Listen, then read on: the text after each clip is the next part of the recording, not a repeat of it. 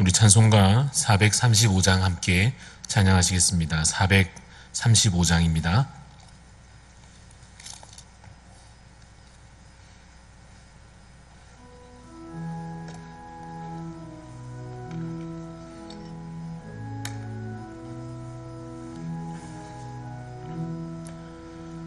나의 영원하신 기업 생명보다 귀하다. 나의 갈 길 다가도록 나와 동행하소서. 주께로 가까이 주께로 가오니 나의 갈 길 다가도록 나와 동행하소서. 세상 부귀한 일함과 모든 명예 버리고 험한 길을 가는 동안 나와 동행하소서. 주께로 가까이 주께로 가오니 나의 갈 길 다가도록 나와 동행하소서. 어두운 골짝 지나가며 험한 바다 건너서 천국 문에 이르도록 나와 동행하소서. 주께로 가까이 주께로 가오니 나의 갈 길 다가도록 나와 동행하소서.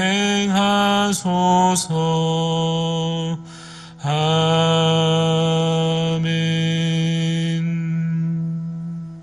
기도하시겠습니다. 우리의 영원한 기업이 되시고 생명 되신 주님, 이 시간 이 하루를 또 우리에게 허락하여 주심을 주님 감사를 드립니다. 날마다 베푸시는 은혜를 주 안에서 누리게 하여 주시며 주시는 은혜로 말미암아 감사하는 삶을 살아갈 수 있도록 우리의 마음 가득 주께서 주님 귀한 은혜를 내려주시옵소서.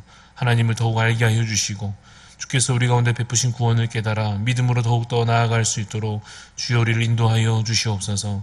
때때로 어려움 가운데 처할지라도 고통 중에 있을지라도 주님 바라보게 하여 주시고 주님 이전에 베푸셨던 구원을 기억하게 하여 주시며 앞으로 행하실 주님의 놀라운 역사들을 기대하며 소망 가운데 나아갈 수 있도록 주여 우리의 마음 가운데 참된 위로와 평안을 허락하여 주시옵소서. 하나님, 우리가 말씀을 더 또 읽고 들을 때에 잘 깨달아 알기를 원합니다. 또한 그 알게 된 말씀, 믿음으로 고백하는 그 말씀을 입술로 고백하는 것에 그치지 아니하고 삶으로 온전히 순종하여 살기를 주여 간절히 원합니다. 우리에게 그러한 능력과 그러한 순종의 마음들을 주여 허락하여 주옵소서. 거룩한 삶으로 하나님을 기쁘시게 하는 삶 되게 하여 주시고, 그래서 또한 세상 가운데 사람들 앞에서도 하나님 그러한 거룩한 모습으로 행할 수 있도록 주여 우리에게 성령의 충만한 은혜를 부어 주시옵소서. 오늘도 주실 그 말씀 가운데 주님 사모하는 마음으로 나아가오니 한 구절 한 구절 우리에게 생명의 말씀 되시며 우리의 삶을 인도하시는 빛이 되어 주시옵소서. 또한 주님, 우리가 오늘도 주 앞에 기도로 나아갑니다. 기도할 때에 주님 우리의 소망을 아시오니 우리의 현실과 상황들을 주님 아시오니 하나님 들으시고 응답하여 주시옵소서. 오늘 하루도 주님께서 인도하시는 놀라운 역사의 하루가 되게 하여 주시옵소서. 감사를 드리며 살아계신 예수 그리스도 이름으로 기도드리옵나이다. 아멘. 오늘 주시는 하나님 말씀은 시편 44편입니다. 시편 44편 1절부터 마지막 26절까지 말씀, 좀 길지만은 빠르게 한번 읽어보겠습니다. 제가 읽을 때 여러분 같이 읽으시기를 바랍니다. 시편 44편입니다. 하나님이여, 주께서 우리 조상들의 날 곧 옛날에 행하신 일을 그들이 우리에게 일러주매 우리가 우리 귀로 들었나이다. 주께서 주의 손으로 뭇 백성을 내쫓으시고 우리 조상들을 이 땅에 뿌리박게 하시며 주께서 다른 민족들은 고달프게 하시고 우리 조상들은 번성하게 하셨나이다. 그들이 자기 칼로 땅을 얻어 차지함이 아니요 그들의 팔이 그들을 구원함도 아니라 오직 주의 오른손과 주의 팔과 주의 얼굴의 빛으로 하셨으니 주께서 그들을 기뻐하신 까닭이니이다. 하나님이여, 주는 나의 왕이시니 야곱에게 구원을 베푸소서. 우리가 주를 의지하여 우리 대적을 누르고 우리를 치러 일어나는 자를 주의 이름으로 밟으리이다. 나는 내 활을 의지하지 아니할 것이라. 내 칼이 나를 구원하지 못하리이다. 오직 주께서 우리를 우리 원수들에게서 구원하시고 우리를 미워하는 자로 수치를 당하게 하셨나이다. 우리가 종일 하나님을 자랑하였나이다. 우리는 하나님의 이름에 영원히 감사하리이다. 그러나 이제는 주께서 우리를 버려 욕을 당하게 하시고 우리 군대와 함께 나아가지 아니하시나이다. 주께서 우리를 대적들에게서 돌아서게 하시니 우리를 미워하는 자가 자기를 위하여 탈취하였나이다. 주께서 우리를 잡아먹힐 양처럼 그들에게 넘겨주시고 여러 민족 중에 우리를 흩으셨나이다. 주께서 우리 백성을 헐값으로 파심이요 그들을 판값으로 이익을 얻지 못하셨나이다. 주께서 우리로 하여금 이웃에게 욕을 당하게 하시니 그들이 우리를 둘러싸고 조소하고 조롱하나이다. 주께서 우리를 뭇 백성 중에 이야기거리가 되게 하시며 민족 중에서 머리 흔듦을 당하게 하셨나이다. 나의 능욕이 종일 내 앞에 있으며 수치가 내 얼굴을 덮었으니 나를 비방하고 욕하는 소리 때문이요 나의 원수와 나의 복수자 때문이니이다. 이 모든 일이 우리에게 임하였으나 우리가 주를 잊지 아니하며 주의 언약을 어기지 아니하였나이다. 우리의 마음은 위축되지 아니하고 우리 걸음도 주의 길을 떠나지 아니하였으나 주께서 우리를 승냥이의 처소에 밀어 넣으시고 우리를 사망의 그늘로 덮으셨나이다. 우리가 우리 하나님의 이름을 잊어버렸거나 우리 손을 이방신에게 향하여 폈다면 하나님이 이를 알아내지 아니하셨으리까. 무릇 주는 마음의 비밀을 아시나이다. 우리가 종일 주를 위하여 죽임을 당하게 되며 도살할 양같이 여김을 받았나이다. 주여 깨소서. 어찌하여 주무시나이까. 일어나시고 우리를 영원히 버리지 마소서. 어찌하여 주의 얼굴을 가리시고 우리의 고난과 압제를 잊으시나이까. 우리 영혼은 진토 속에 파묻히고 우리 몸은 땅에 붙었나이다. 일어나 우리를 도우소서. 주의 인자하심으로 말미암아 우리를 구원하소서. 아멘. 오늘 함께 읽은 시편 44편의 말씀은 둘로 나뉘어져 있습니다. 1절부터 8절까지의 내용과 이어지는 9절에서 마지막 26절까지의 내용으로 이렇게 둘로 나누어서 내용들을 살펴볼 수 있게 됩니다. 극명하게 이 두 가지 내용이 대조되기도 합니다. 그래서 먼저 앞부분에서 얻는 교훈을 발견하자면 첫째로 구원을 베푸시는 분은 오직 우리 주님이시다라고 하는 것입니다. 2절에서 고백하는 바와 같습니다. 주께서 우리 조상들을 이 땅에 뿌리박게 하시고 우리 조상들을 번성하게 하셨나이다 라고 고백합니다. 다른 백성들은, 이방 민족들에 대해서는 하나님께서 내쫓으시고 그들은 고달프게 하시고 택하신 하나님의 백성들에서는 어떻습니까? 이 땅에 자리 잡고 뿌리 박으며 또 번성하게 해주신 것입니다. 하나님께서 그 백성들에게 베푸신 은혜요 구원의 손길인 것입니다. 그래서 3절에서 이어 고백하기를 그들이 자기 칼로 땅을 얻어 차지한 것이 아니요 자신의 팔로 자신의 힘으로 구원한 것이 아니라고 고백하며 이어서 오직 주님의 오른손과 주님의 팔과 주의 얼굴의 빛으로 하셨나이다 이렇게 고백합니다. 하나님께서 사람의 능력으로서가 아니라 하나님께서 주권적으로 그 백성을 인도하시고 승리하게 하시고 그 땅에 정착하게 하시고 번성하게 하셨습니다. 구원이 하나님께로부터 왔습니다. 이렇게 고백하는 것입니다. 여러분, 이것을 깨닫는 것은 참으로 중요한 지혜를 얻는 것입니다. 우리가 세상적으로 보자면 세상 사람들은 말할 때 능력이나 지혜라고 하는 것은 사람이 스스로 자기 문제를 해결해낼 수 있는 것이 능력이고 그렇게 할 수 있는 것이 지혜다라고 말할 것입니다. 그러나 말씀이 우리에게 가르쳐 주시는 것은 그와 다릅니다. 말씀이 우리에게 말씀하시는 지혜, 능력이라고 하는 것은 스스로 행하는 것이 아니요 하나님을 의지하는 것이며 하나님께서 베풀어 주시는 그 구원에 기대는 것이 무엇입니까? 참된 능력이요 참된 지혜인 것입니다. 그래서 4절에서 고백하길 하나님이여 주는 나의 왕이십니다. 또한 5절에서 우리가 주를 의지합니다. 이렇게 고백하는 것과 같습니다. 여러분, 이 고백이 오늘 하루 여러분의 마음과 여러분의 입술에 가득하시기를 간절히 바랍니다. 하나님께서 우리의 왕되심에 대하여, 하나님께서 우리의 왕이심으로 우리가 주를 의지합니다라고 고백하는 것, 이러한 고백 우리의 삶에 가득해야 할 것입니다. 그래서 여러분, 이 고백을 위하여, 이 고백을 우리의 진심으로 드려내기 위하여 역사를 아는 것은 매우 중요한 것입니다. 특별히 구약의 여러 역사의 사건들을 우리가 기억합니다. 왜냐하면 그 역사에 새겨져 있기 때문입니다. 모든 것이 사람의 힘으로 된 것이 아니요, 사람의 어떠한 노력으로 된 것이 아님을, 모든 것이 주님의 손길이며 주님의 구원의 역사였음을 그 역사 가운데 하나님 새겨주셨기 때문에 우리가 그것을 다시 되돌아 볼 때마다 기억하게 되는 것입니다. 특별히 광야에서 홍해 가운데 사람의 힘으로 그것을 건넌 것이 아니지 않습니까? 오직 하나님의 주권적인 능력으로 그 이스라엘 백성들이 홍해를 건넌 것과 같습니다. 하늘에서 만나가 내린 것도 마찬가지입니다. 사람의 힘으로 얻은 식량이, 양식이 아니요, 하늘로부터 내려진 기적이며 주님의 은혜였습니다. 반석에서 물이 나온 것도 마찬가지입니다. 하나님께서 그들에게 베푸신 구원의 손길입니다. 가나안 들어가서 첫 번째 전쟁도 그러하였습니다. 여리고성을 무너뜨린 그 과정과 그 결과를 우리가 들어 알다시피 사람의 힘으로 이겨낸 전쟁이 아님을, 하나님 주신 승리임을 그 역사 가운데 되돌아볼 때마다 하나님께서 우리를 구원하시는 것이구나 깨닫게 될 것입니다. 우리 각자의 삶에서도 마찬가지입니다. 우리의 개인의 역사에서도, 우리 개인의 이전의 기억들에서도 그것을 동일하게 발견할 수 있을 것입니다. 내 힘으로 해낸 것이 아니었음을, 그 당시 참 아팠을 때, 그 당시 참 힘든 상황 가운데 놓였을 때, 방법이 없어가지고 답이 없어서 그저 기도만 했을 때 하나님께서 어떻게 그때 구원해 주셨는지, 어떻게 하나님께서 그때 그 상황 가운데 건져 주셨는지, 낫게 하여 주셨는지, 내 힘이 아니라 하나님의 능력이었다라고 우리 스스로 기억하는 그 개인의 역사들이 있을 것입니다. 그래서 우리가 4절, 5절 말씀 아까 읽은 대로 하나님이여 주는 나의 왕이십니다. 우리가 주를 의지합니다. 그것을 고백하게 될 것입니다. 그것을 깨닫는 자, 그 고백에 이른 자들은 8절에 있는 대로, 8절을 보시면 우리가 종일 하나님을 자랑하였나이다. 우리는 하나님의 이름에 영원히 감사하리이다. 이와 같이 주님을 자랑하며 주님께 감사하는 자가 될 것입니다. 여러분, 이것은 결국은 찬양으로 바뀌어질 것입니다. 우리 마음에 일어난 하나님을 자랑하는 그 고백이 그야말로 곡조로 붙여져서 주님을 찬양하게 될 것이며, 감사하는 것도 마찬가지입니다. 하나님 감사합니다 하는 고백이 우리 가운데 하나님을 향한 찬양으로 이어지게 될 것입니다.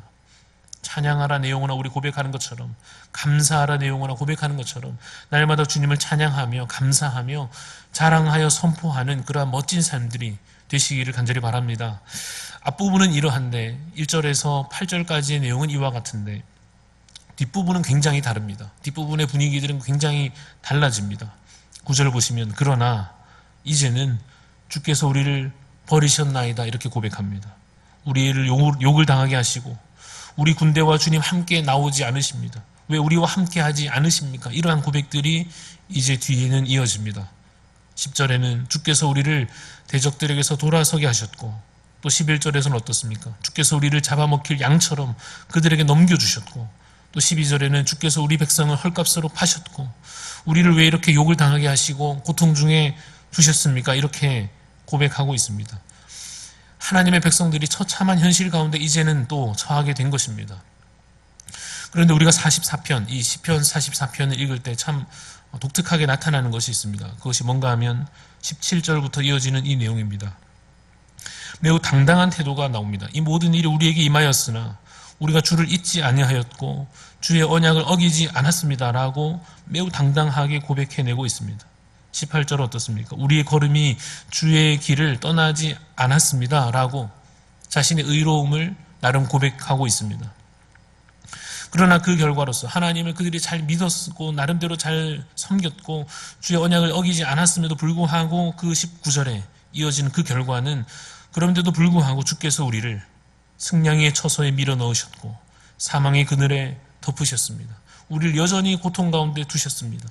이에 대해서 참으로 답답하고 억울한 심정을 토해내고 있는 것입니다. 24절에 23절에 먼저 보시면 주여 깨소서 어찌하여 주무시나이까? 왜 우리를 버리십니까? 어찌하여 주의 얼굴을 가리시고 우리를 고난과 압제 가운데 두셨습니까? 라고 이제는 고백하고 있습니다. 이 시편을 읽을 때 우리가 이 고백에 관하여서 의문을 품을 수도 있습니다.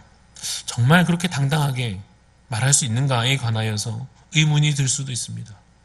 그러나 오늘 시편에서 시편 기자가 실제로 죄를 지었는지 혹은 우상 숭배를 사실은 했던 것은 아닌지 이러한 여부를 따지는 것이 중요한 것은 아닙니다.